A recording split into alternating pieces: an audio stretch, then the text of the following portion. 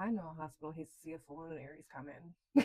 Hi, my name is Laura. I'm a tarot reader, astrologer, and root worker. And a full moon in Aries is literally, in my opinion, the worst full moon of the year.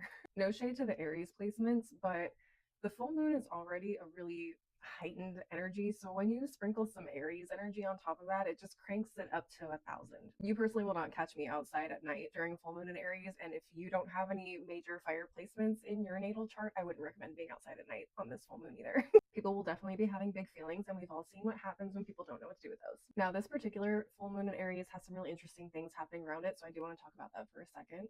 Now, outside of the typical opposition between the sun and the moon, which is essentially what a full moon is, there's also an opposition happening between Venus and Virgo and Saturn retrograde in Pisces, which is essentially highlighting burnout in the mutable sign placements. So check on your Virgo, Pisces, Gemini, and Sagittarius friends because they're probably not doing okay. Another thing that's happening is a square between Mercury and Scorpio and Pluto retrograde in Aquarius, which is essentially we want to see the files. This aspect is essentially driving the collective society to want to hold people in power accountable, but the people in power obviously don't want to share their secrets because if they do, they know that they lose leverage and the power they have over the collective.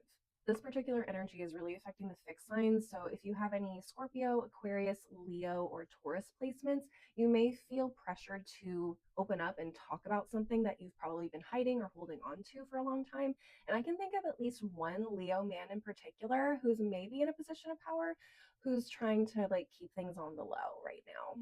And with all that being said, we do have some really positive energies happening between Neptune retrograde, Saturn retrograde, Pluto retrograde, Uranus retrograde, Venus, and Jupiter. And these energies are really helping us step outside of our comfort zones, connect and empathize with people around the world, people we wouldn't normally come in contact with because they live in different communities than us. These energies are also helping us expand our self care habits, share our voices, and find ways to create real change. So while there are likely going to be some really difficult and challenging moments over the next few days, there are also some really positive things coming out of this as well. Let me know in the comments if you've been feeling any of these energies. The full moon will be peaking on Monday, October 6th around 8:45 p.m. Pacific Standard Time. I will be going live that day to chat and just do some tarot readings. So if you want to join me, I would love to see you there.